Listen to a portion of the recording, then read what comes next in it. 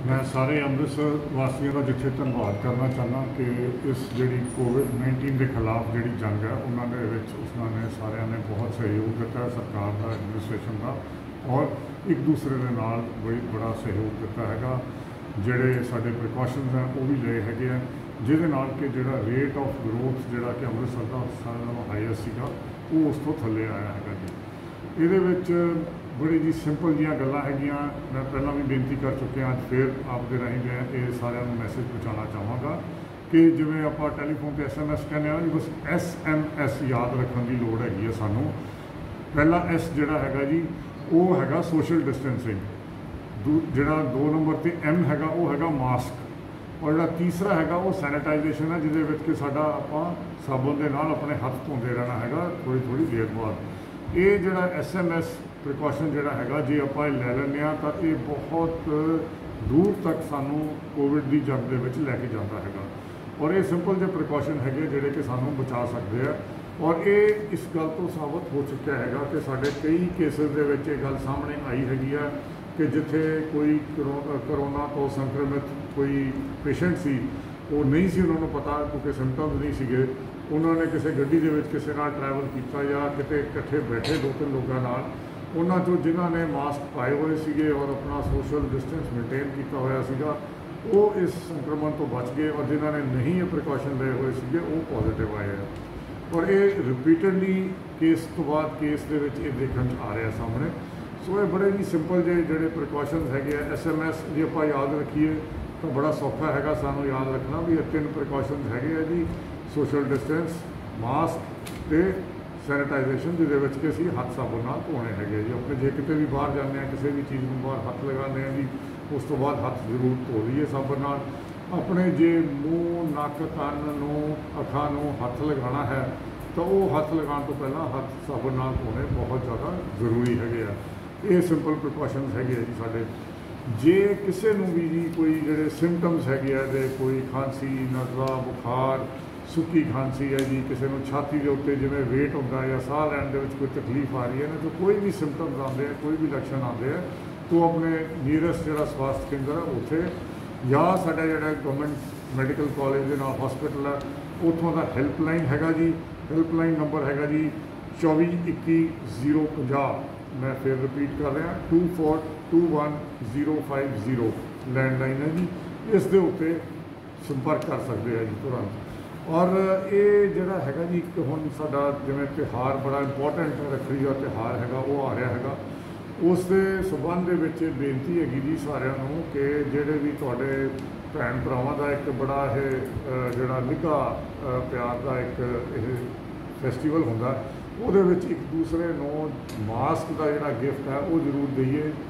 और जिहड़े साडे दुकानदार भरा है जिन्होंने मिठाइयाँ बेचनिया है या रखड़ियाँ बेचनिया है इस मौके के उत्ते उन्होंने सरकार वालों CM साहब ने किए जी आदेश के संडे को भी दुकान खुलने की आग्या होएगी 2 तरीक को, तो उन्होंने लाजमी है होएगा जी कि जेड़े जेड़े मिठाई दी दुकाना उस दिन खुलनगियाँ जी, या जेड़े रखड़ी बेच रहे हैं वो नाल हरेक जी खरीददारी है वो 2-2 फ्री मास्क जरूर दें।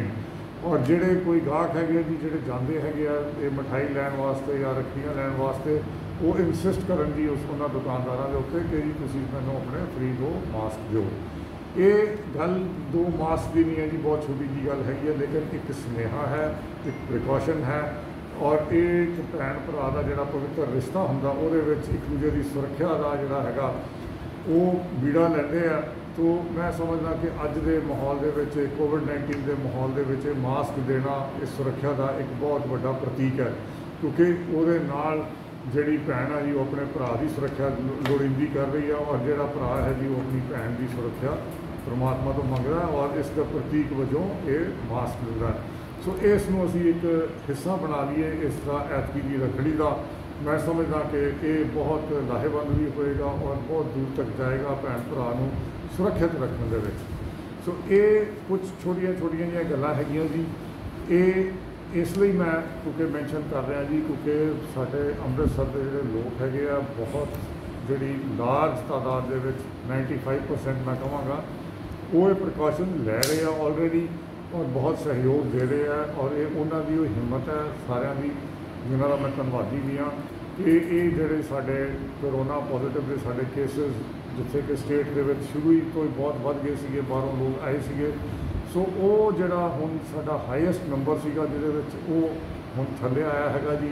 रेट ऑफ जिहड़ा इंक्रीज़ ऑफ नंबर्स है अमृतसर दे विच वो भी घटिया हैगा जी। इस दे लई तुसीं सारे ही जिहड़े है उन्हां दा योगदान है और मैं सारिਆਂ ਦਾ ਧੰਨਵਾਦੀ ਹਾਂ जी दे वास्ते।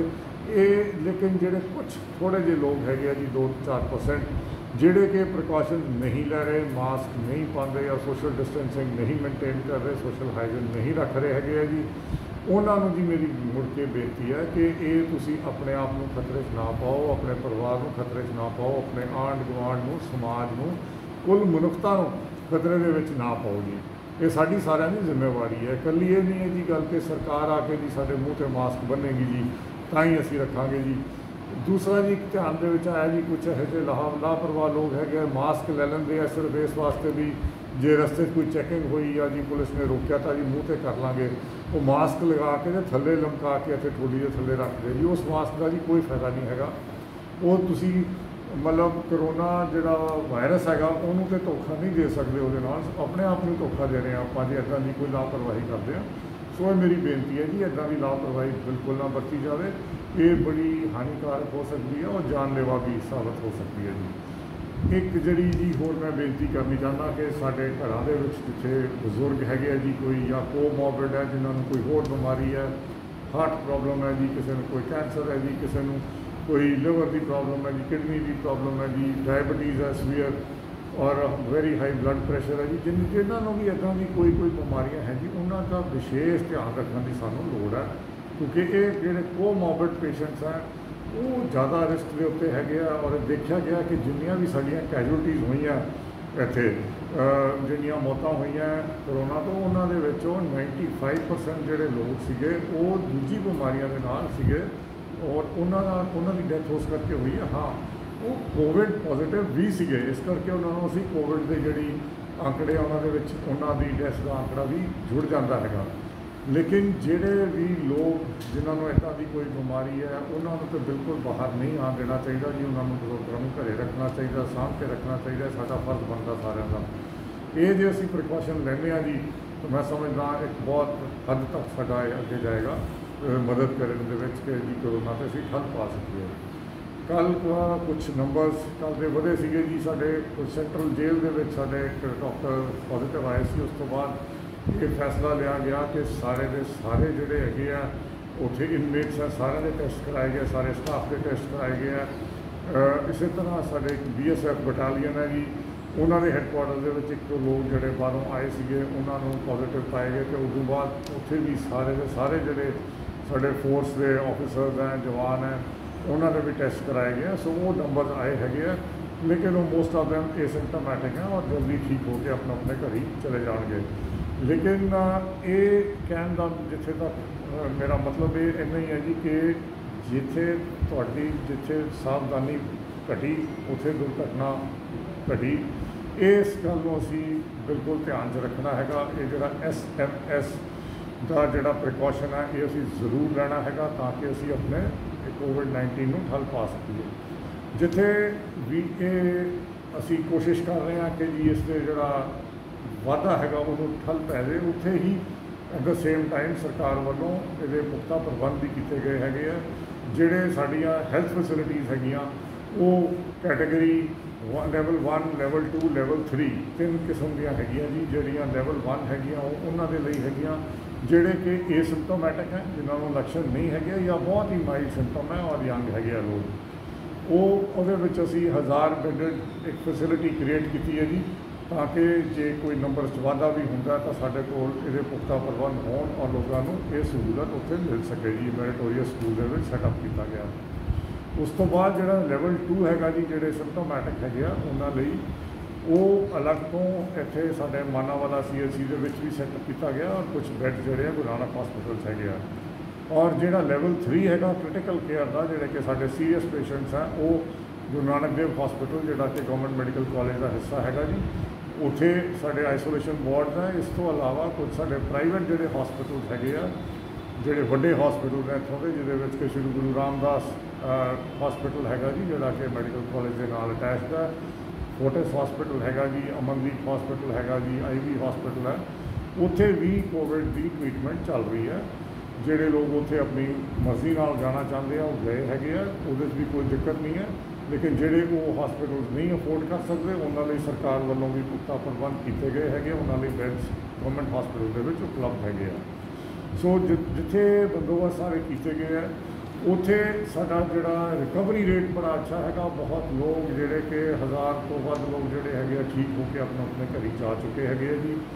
उन्हां चों जी मैं बेनती करना चाहांगा जिहड़े साडे लोग हेल्दी होके क्योर होके घरां नूं चले गए उन्हां नूं इह बनता हैगा जी, उन्हां दी ड्यूटी भी बनती है जी। और उन्हां नूं असीं बेनती भी करते हैं कि वो अपना प्लाज्मा डोनेट करन ताकि ये प्लाज्मा बैंक इत्थे सैटअप किया जा रहा है जी अपना गवर्नमेंट मैडिकल कॉलेज अमृतसर दे विच। और उत्थे वो प्लाज्मा जो जमा करा देंगे तो किसी लोड़वंद जिहड़े साडे पेशेंट है जिन्होंने डॉक्टर ये समझणगे भी शायद प्लाज्मा थैरेपी के नाल फायदा हो सकता है तो उन्होंने काम आएंगे, उन्होंने जान बचाई जा सकेगी। ਇਹੋ ਜਿਹੇ कुछ केसेज इतने साढ़े गुरु नानक हॉस्पिटल हो भी चुके हैं जिन्होंने प्लाज्मा थैरेपी दी गई है और वो ठीक होकर अपने घरे चले गए हैं। ये फैसला डॉक्टर ने लेना होंगे जी कि किहड़े केस दे विच प्लाज्मा थैरेपी देनी योग है जी, कितने नहीं योग हैगी आ, वो सारे पैरामीटर्स देख के करते हैं फैसला। लेकिन जिहड़े साडे वीर भैणां प्योर होके घरों घरी गए हैं जी उन्होंने मेरी बेनती हैगी है कि वो प्लाज्मा डोनेट करने बारे जरूर सोचन और ये कदम लैके अगे आन ताकि मनुखता की सेवा अपना योगदान पा सकन। मैं यही आस करदा जी कि तुहाडे सारिਆਂ ਦੇ सहयोग के नाल ਅਸੀਂ ਇਹ जंग ਨੂੰ ਅੱਗੇ ਲੈ ਕੇ ਜਾਵਾਂਗੇ। ਇਸ ਜੰਗ ਨੂੰ ਅੱਗੇ ਲਿਜਾਣ ਵਾਸਤੇ ਜਿਹੜੇ ਸਾਡੇ ਇੱਥੇ ਬਹੁਤ ਦਾਨੀ ਸੱਜਣ ਵੀ ਹੈਗੇ ਆ ਜਿਹੜਾ ਆਪਣਾ ਯੋਗਦਾਨ ਪਾਉਣਾ ਚਾਹੁੰਦੇ ਹੈਗੇ ਆ ਉਹਨਾਂ ਨੂੰ ਇਹ ਬੇਨਤੀ ਹੈ ਕਿ ਇੱਕ ਅਕਾਊਂਟ ਜਿਹੜਾ ਸਾਡਾ ਰੈੱਡ ਕਰਾਸ ਦੇ ਵਿੱਚ ਖੋਲ੍ਹਿਆ ਗਿਆ ਹੈਗਾ ਇਹਨਾਂ ਡੋਨੇਸ਼ਨ ਵਾਸਤੇ, ਚੈਰਿਟੀ ਪਰਪਸ ਵਾਸਤੇ। ਇਹ ਜਿਹਦੀਆਂ ਡਿਟੇਲਸ ਆਪ ਜੀ ਦੇ ਸਾਹਮਣੇ ਦਿਖਾਈਆਂ ਜਾ ਰਹੀਆਂ ਹੈਗੀਆਂ ਇਹ ਅਕਾਊਂਟ ਦੇ ਵਿੱਚ ਉਹ ਬਾਈ ਚੈੱਕ या बाई बैंक ट्रांसफर ये इत्थे पैसे अपने दे सकते हैं जिदा कि बकायदा उन्होंने रसीद मिलेगी जी और उन्होंने इनकम टैक्स बेनीफिट भी मिलणगे इस दे उत्ते। और ये जिहड़ी उन्हां वल्लों दित्ती गई जिहड़ी राशि है ये एक भरपूर योगदान पाउण दे विच सहाई होएगी जिहड़ी कि साडी जंग हैगी है कोरोना के खिलाफ उहदे विच उस लड़ाई दे विच, क्योंकि बहुत इक्विपमेंट की लोड़ पैंदी है जी, PP किट्स की लोड़ पैंदी है जी, मास्क की लोड़ पैंदी है, ग्लव की लोड़ पैंदी है, और बहुत इक्विपमेंट है जी जिहड़े साडे लोग रखे जा रहे हैं जी आइसोलेशन सेंटर्स जी उत्थे जो सारा खर्चा होंदा जी। इस तो अलावा तुहानूं पता है जी सारिਆਂ ਨੂੰ कि अमृतसर इंटरनेशनल एयरपोर्ट हैगा जी और इंटरनेशनल बॉर्डर भी है जिहड़े साडे वीर और भैणां बाहर स्ट्रैंडेड सी और वापस आ रहे हैगे आ वो एज पर WHO और IA जिहड़ा भारत सरकार के गाइडलाइनस है उसके मुताबिक और पंजाब सरकार के हैल्थ डिपार्टमेंट की हिदायतों मुताबिक उन्होंने एक हफ्ते के लिए इंस्टीट्यूशनल क्वारंटीन च रखना पैंदा हैगा। सो उन्होंने क्वारंटीन का भी इत्थे बंदोबस्त किया गया हैगा जी।